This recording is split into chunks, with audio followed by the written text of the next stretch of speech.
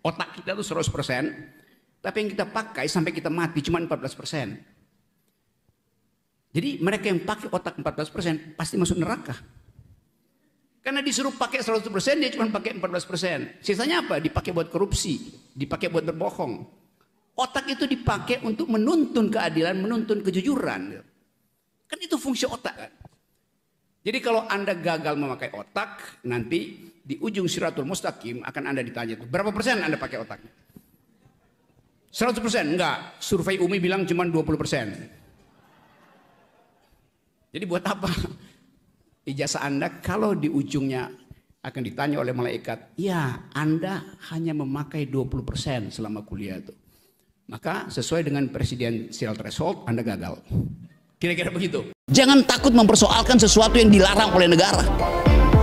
Yang boleh Anda patuhi cuma larangan Tuhan, bukan larangan negara.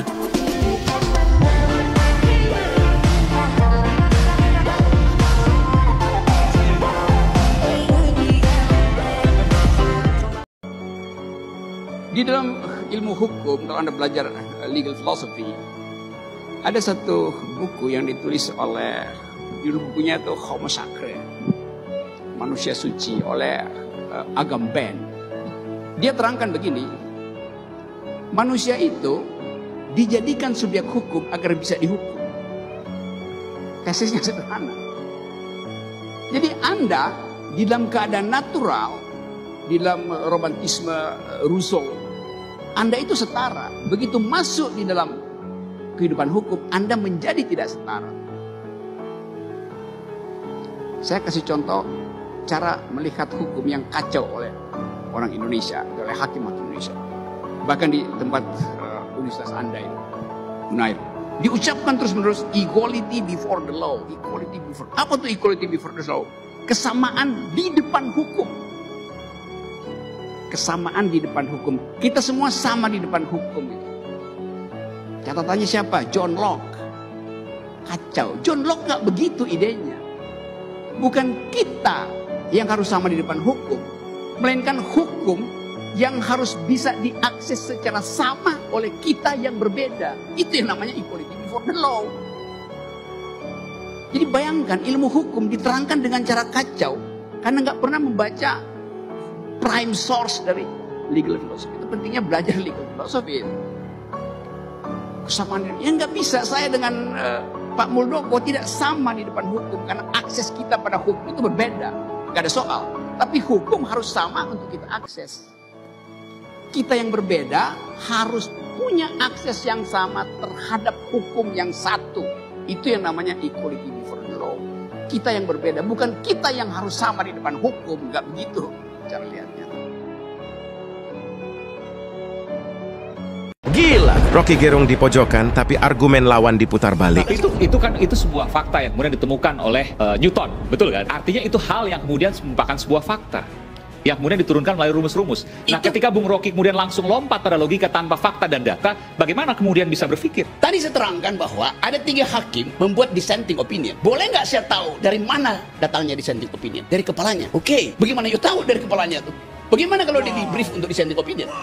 Di dalam ketiadaan fakta dan data itu saya pakai otak itu.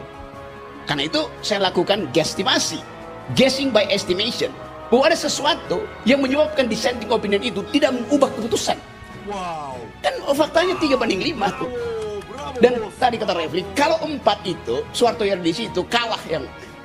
Jadi itu tipis sekali hubungan itu. Nah ketipisan itu yang mesti kita curigai. Dengan apa? Ya dengan otak, kan datanya nggak ada. Bagaimana? Kereta cepat, bangga. Pendukung Jokowi bangga, kita sekarang punya kereta cepat. Itu punya Cina, kita cuma beli doang. Beli pakai apa? Pakai utang. Kapan bayar utang itu? 170 tahun lagi baru kita bisa bayar utang itu. Kita punya teknologi tinggi, kereta dianggap teknologi tinggi, kereta cepat. Baru di zaman Jokowi kita punya teknologi tinggi, kereta cepat. Di zaman Soeharto, kita udah punya N258 yang dibangun di Nurtanio.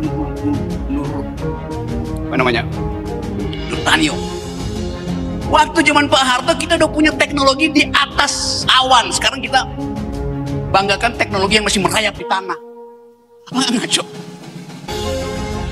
Habibie udah bikin pesawat terbang fly by wire.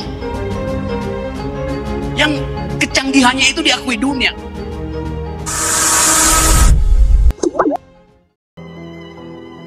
Di dalam ilmu hukum, kalau Anda belajar legal philosophy, ada satu buku yang ditulis oleh, judul bukunya itu Homo Sacre, manusia suci, oleh Agamben. Dia terangkan begini, manusia itu dijadikan subjek hukum agar bisa dihukum. Tesisnya sederhana. Jadi Anda di dalam keadaan natural, di dalam romantisme Rousseau, Anda itu setara. Begitu masuk di dalam kehidupan hukum, Anda menjadi tidak setara. Saya kasih contoh cara melihat hukum yang kacau oleh orang Indonesia, oleh hakim-hakim Indonesia. Bahkan di tempat universitas Anda ini, Unair, diucapkan terus-menerus equality before the law, equality before. Apa tuh equality before the law? Kesamaan di depan hukum.